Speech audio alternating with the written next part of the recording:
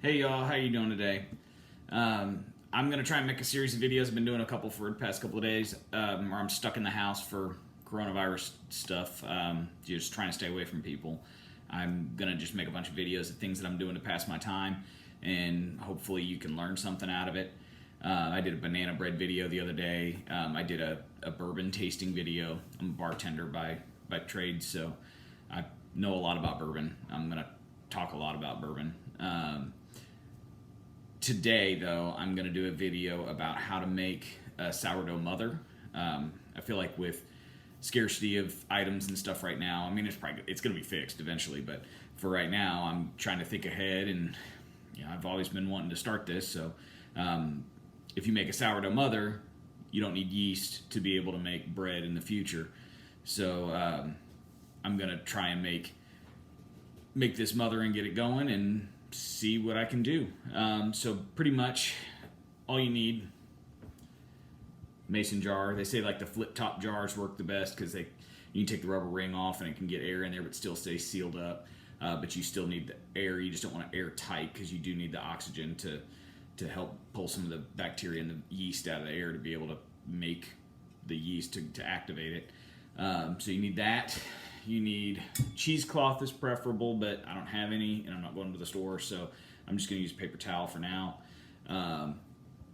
Flour, just regular all-purpose flour. They say to try and stay away from bleached, but this is what I got, that flour. And water, just a little bit more than lukewarm, not really hot, but not really cold water. And you literally just mix it together.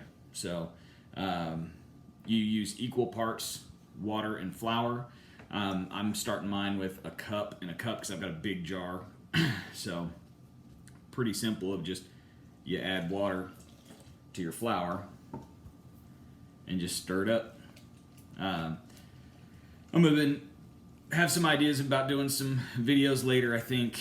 Later this week, I ordered a pasta maker, so I'm going to do a video on how to make some homemade pasta. It's really simple. It's just eggs and flour, and then you roll it out and cut it up. So should be pretty simple. I'm just trying to figure out how do I keep from needing to go to the store and buy those things that everybody's out of. You can just make your own bread. You can make your own pasta. Everybody's trying to buy fruit and stuff. We bought some bananas, and they were going to go bad before we got around to eating them, so we decided that we were going to just make banana bread. I made French toast out of my banana bread this morning. It was amazing. So just trying to give a bunch of videos on what to do.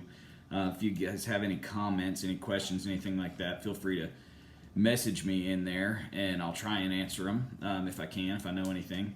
I'm learning too. So now that this is all mixed up, I'm just going to transfer it over to my jar. The only reason I didn't do it in the jar was because for the video I was having a heck of a time putting flour in the jar. It just kept making a huge mess. So I decided that I'm going to do it this way. And you pretty much just add it all in here.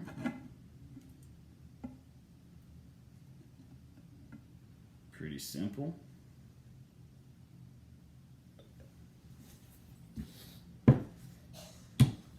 And then, now that you got all of that mixed up and in the jar, pretty simple. I've got a light right behind here so that you can see me all right.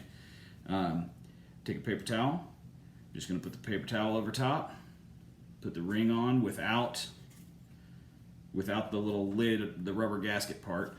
I'm just going to put that on there and tighten it up just a little bit. Still gets airflow in there so it can kind of pull some of the yeast out of the air. I'm going to put it on top of my refrigerator. Your refrigerator stays a little warm. They say to kind of keep this in a little bit of a warm spot. Not hot, but a warm spot. And you let it sit there for a couple days. Now, in 2 days, you got to come back to it, and you got to start adding equal parts of the weight that's in here, equal parts water and flour every day. Add it to there. After about 5 to 7 days, I'm going to show you some updated videos. I'm going to put some links in there. After about 5 to 7 days, you'll see that fermentation process working in there, and it will be finished. Once it's finished, every week you just take it and you put it in the refrigerator. Don't tighten it up, still needs airflow. put it in the refrigerator. It slows that process down, and once a week you pull it out, you remove half of it, and or remove some of it, and then you feed it again the same way that you've been feeding it every other time. That little part that you removed, you can remove that to make bread. You can make English muffins, pancakes, all kinds of different things. Or you could simply just remove it and put it in another jar and give it to someone as a gift. Right now, obviously, how do we communicate with everybody? How do you give somebody a gift? How do you physically hand somebody something like that? So, so you could just use it and bake with it right now. So really simple. That's all you got to do. If you liked what you saw, have any questions, comments, anything like that, I'm going to try and do a bunch of videos. I'm going to respond to as much as I can. I'm going to try and do about a video a day right now. So feel free to follow me on YouTube. It's the John Gotti, JONGOTTI. You can follow me on Facebook. It's my name, Jonathan Steck, Stech. So feel free to follow me on there. I'm going to make all these videos public. I'm going to probably post them to YouTube and then pull them over to Facebook. So be able to find me on either one of those. So have a good one. Stay safe.